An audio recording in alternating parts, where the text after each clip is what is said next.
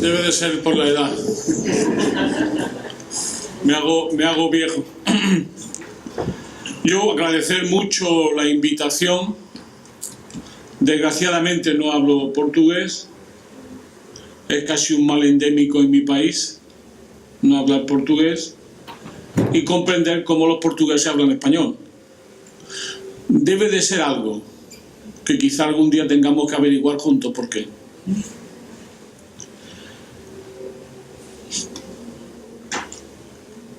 Explicar las cosas que pasan en España no es fácil, ni siquiera para nosotros mismos cuando discutimos.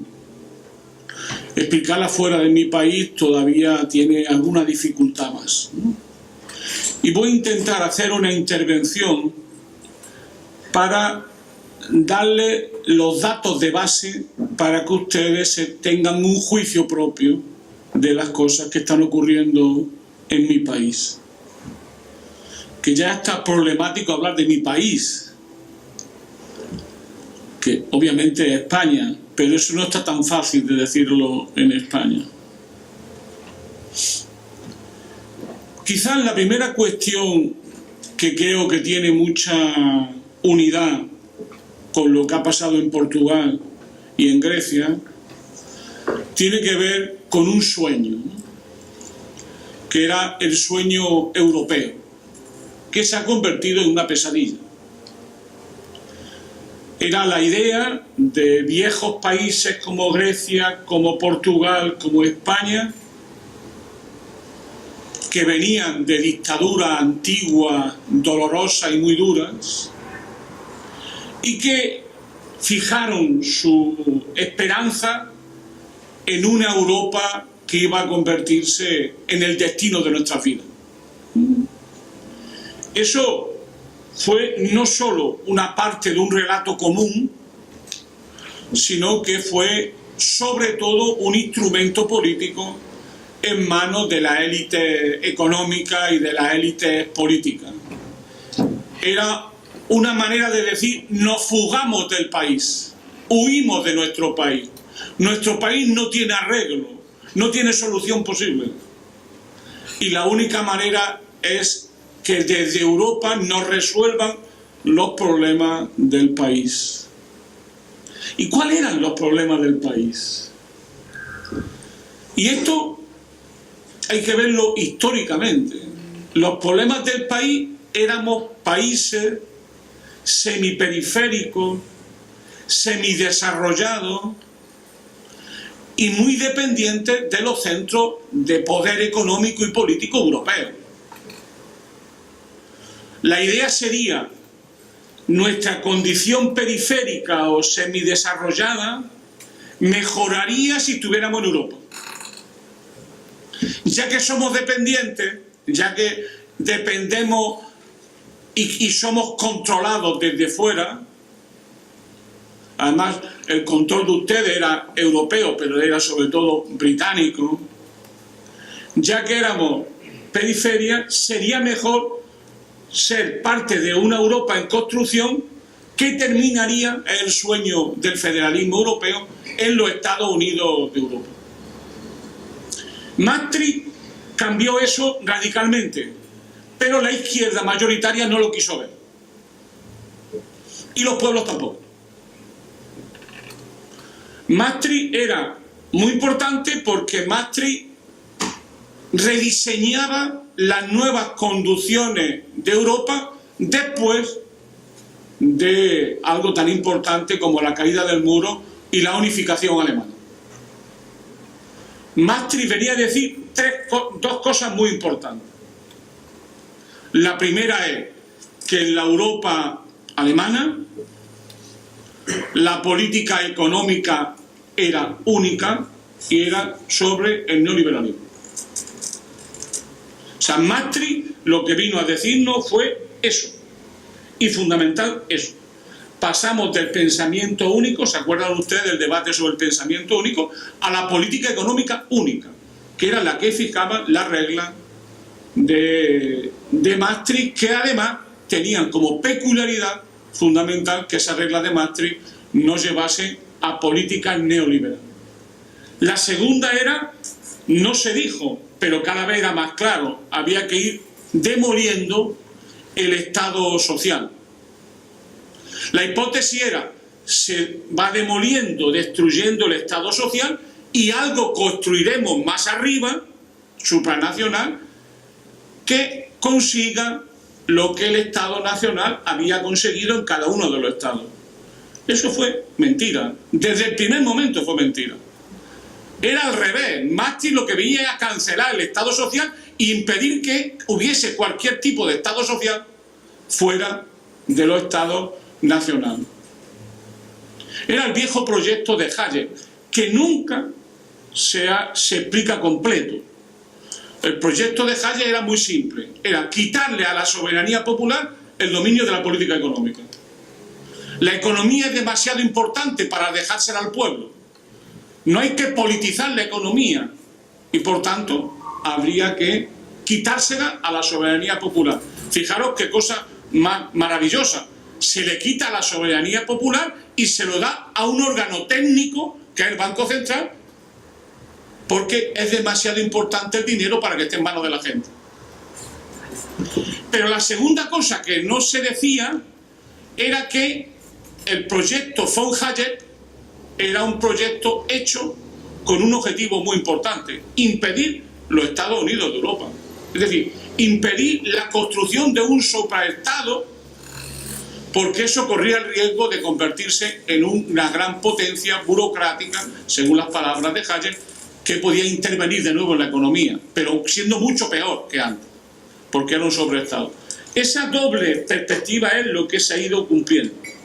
Pero el gran problema, y es la primera cuestión que quería desarrollar ustedes para explicar la crisis española, es que la otra cara de Maastricht, la otra cara de la política económica dominante, era bien simple. Cuando todos jugamos con las reglas del juego de la potencia dominante, lo que ocurre es que la potencia dominante sigue siendo más dominante. Lo diré de otra manera. La Europa del euro es la Europa alemana que fija las reglas del juego y, como saben los especialistas en relaciones internacionales, quien fija las reglas del juego tiene un poder estructural y el poder estructural siempre beneficia a los que imponen las reglas del juego. Y esas reglas del juego eran básicamente las del Bundesbank y del ordoliberalismo alemán, que es la política dominante. ¿Qué ha ocurrido hasta ahora? Dentro de ese sueño europeo, los españoles lo hemos vivido maravillosamente. Del 95 al 2007 tuvimos el periodo de crecimiento económico más largo después del franquismo. Y los españoles ya se consideraban de que por fin ya eran europeos. Y los españoles eran felices. Se consideraban que Europa había resuelto todos los viejos problemas de dictadura, de miseria, de su desarrollo. Y además no solamente era una sensación o crecimiento económico, sino que durante 10 años la economía española estuvo recibiendo ingentes recursos de Europa, un 1% del PIB, prácticamente 1 billón de las antiguas pesetas, 1 millón de millones de las antiguas pesetas, estuvo recibiendo España en términos netos durante 10 años. La sensación era, como decimos en mi tierra, en Andalucía, ya somos como ella. Pues efectivamente, ya somos como ella. Entonces, ese sueño cae en el 2007, cuando comienza la crisis. ¿Y qué nos dice la crisis? Que durante ese tiempo que aparentemente España no tenía problemas, porque teniendo el déficit comercial más alto del mundo, 10% del PIB, parecería que con el euro no era problemático. Lo que fue ocurriendo fue una cosa muy seria. Cuando tienes un déficit comercial del 10% del PIB, tú lo que te estás es endeudando. ¿Y quién financiaba esa deuda? La gran banca alemana, francesa, austriaca, británica. Es decir, se fue generando en Europa dos polos perfectamente redimensionado y perfectamente articulado. Un polo desarrollado, fuerte, en torno a Alemania y a los países centrales, y una periferia cada vez más dependiente y más subdesarrollada, donde unos se especializaban en exportar y en otros en importar, y en unos se especializaban en trasladarnos ahorros, es decir, financiarnos, para que a su vez pudiéramos comprar los productos que cada vez más fuertemente nos vendía Alemania. Si ustedes cogen todos los déficits comerciales de los países del sur, son superávit alemanes. Entonces, claro, no se puede construir un espacio económico común si hay ganadores y perdedores. ¿Y qué ocurrió al final? Que se generó una gigantesca deuda privada, porque la deuda era privada, que luego la crisis ha ido convirtiendo en deuda pública, que es la situación donde vivimos. Para decirlo claramente, el primer dato de la realidad española es que hoy sabemos, como Portugal, como Grecia y Italia, que somos una periferia de Europa y que la división del trabajo europeo tiene un sesgo neocolonial. Primer elemento que no se puede olvidar. La segunda cuestión es que en la crisis, antes de la crisis y después de la crisis, hemos ido especializando un tejido productivo que profundiza ese carácter dependiente de Europa. La gente no se da cuenta que después de 7 años de crisis, como es lo que vivimos, más de 7 años, una parte sustancial del tejido productivo del país ha volado, se ha disuelto, ha sido destruido por la crisis, por la falta de crédito, por la falta de demanda, y lo que nos hemos ido quedando es con una economía básicamente especializada en un sector servicio enorme, hipertrofiado, conducido por el turismo, y a la espera de que se forme una nueva burbuja inmobiliaria que ya empieza a dar los primeros signos.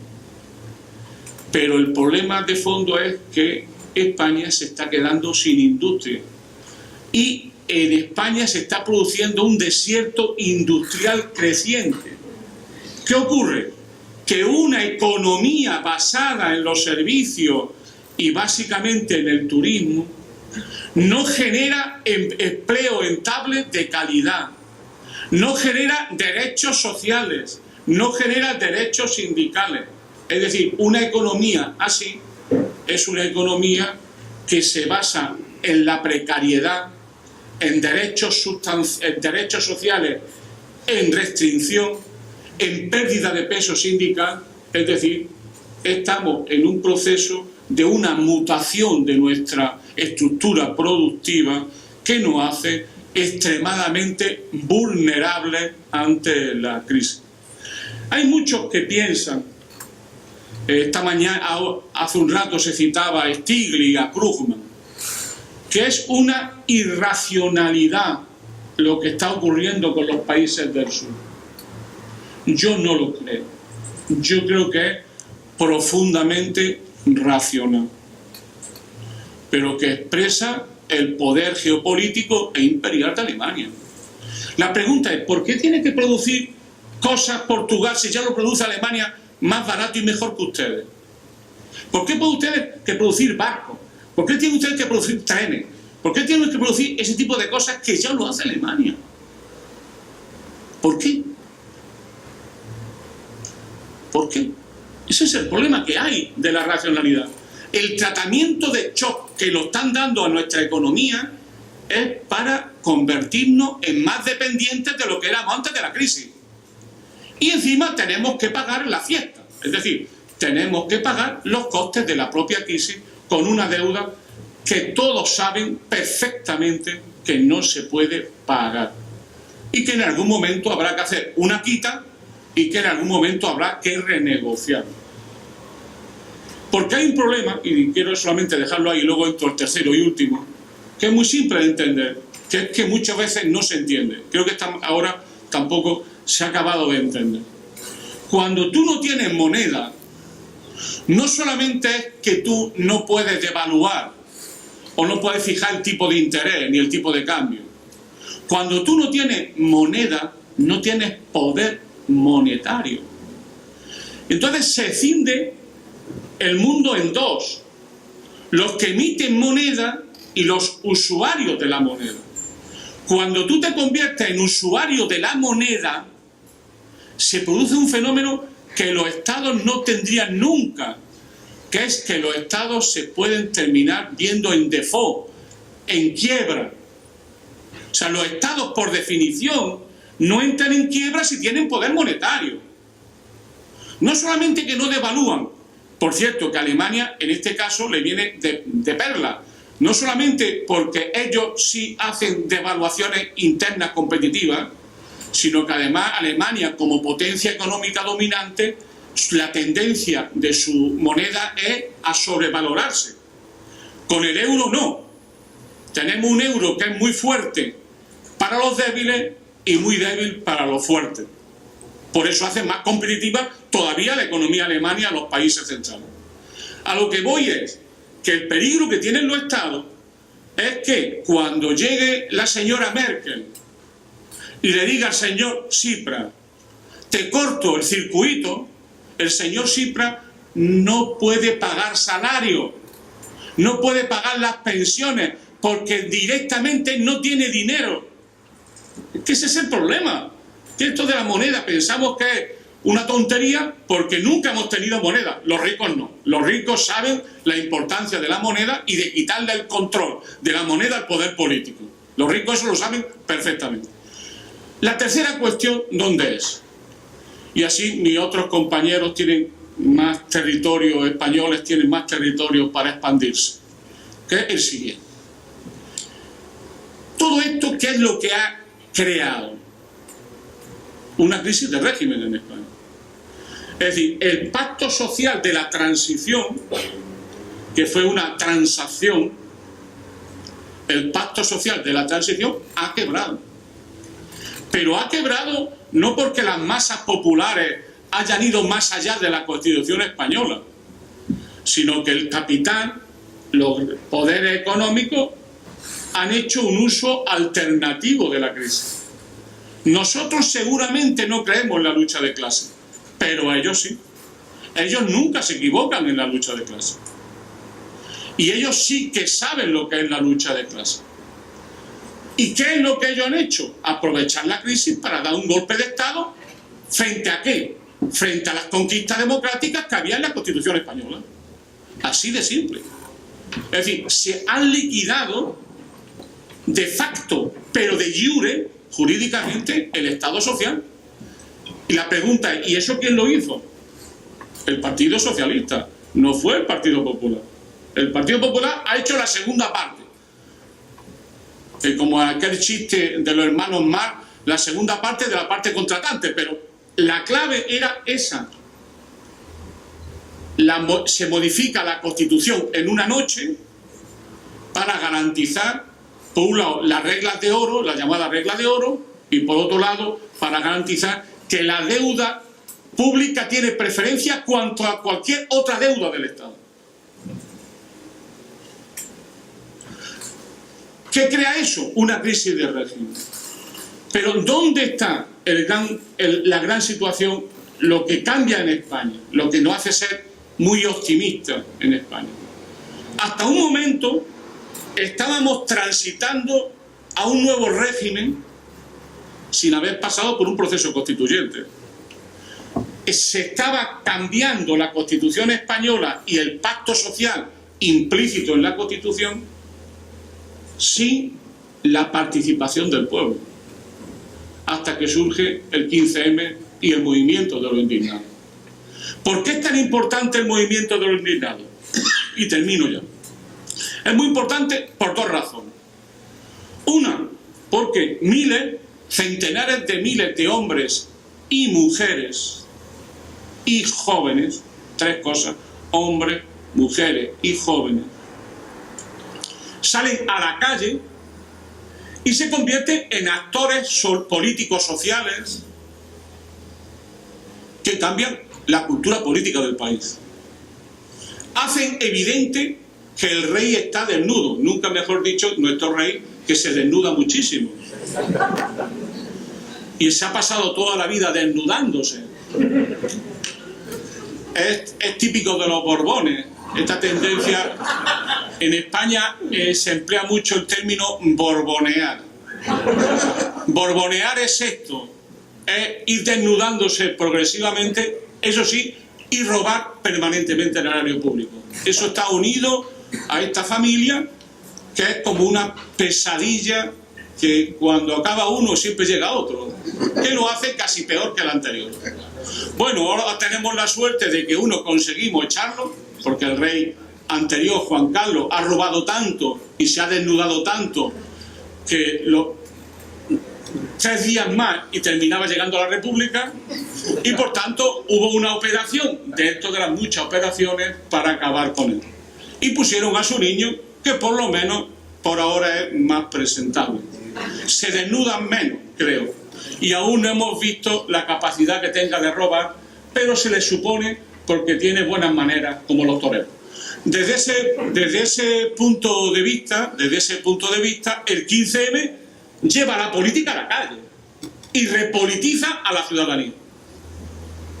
Pero tiene una segunda cosa muy importante, que es que inocula en el tejido social y cultural la democracia como alternativa y no otras cosas peores.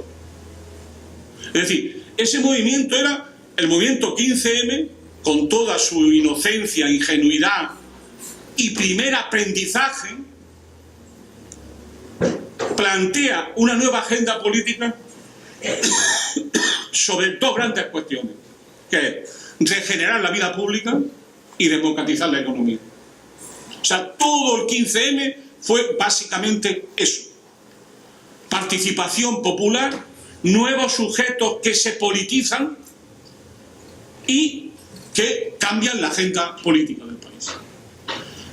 Todo eso tenía un límite, que era la política. Eso se podía traducir en fuerza política. Esa era la batalla que se fue. Y en ese momento aparece una fuerza política, por cierto, dirigida por amigos míos, en la que encabeza Pablo Iglesias, y es Podemos. ¿Qué ocurre? Que Podemos cambia el mapa político del país. Pone en crisis el bipartidismo, que era la quintaesencia de la perpetuación del régimen borbónico en nuestro país. Y plantea una nueva situación que nos obliga a todos a cambiar, que nos obliga a todos a resituarnos en el mapa, en los símbolos, en la cultura, en el discurso político, a todos. Y que al final lo que se plantea es el debate real del país hoy.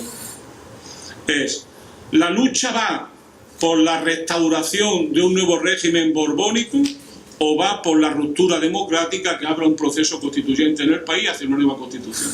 Ese es el dilema real del país, a mi juicio. Eso es lo que marca la fase política, lo que marca, y es nada menos que una cuestión muy simple, la lucha por el poder. No en el sentido genérico de la palabra, sino en el concreto, porque es construir o no un nuevo régimen. La restauración tiene un objetivo preciso.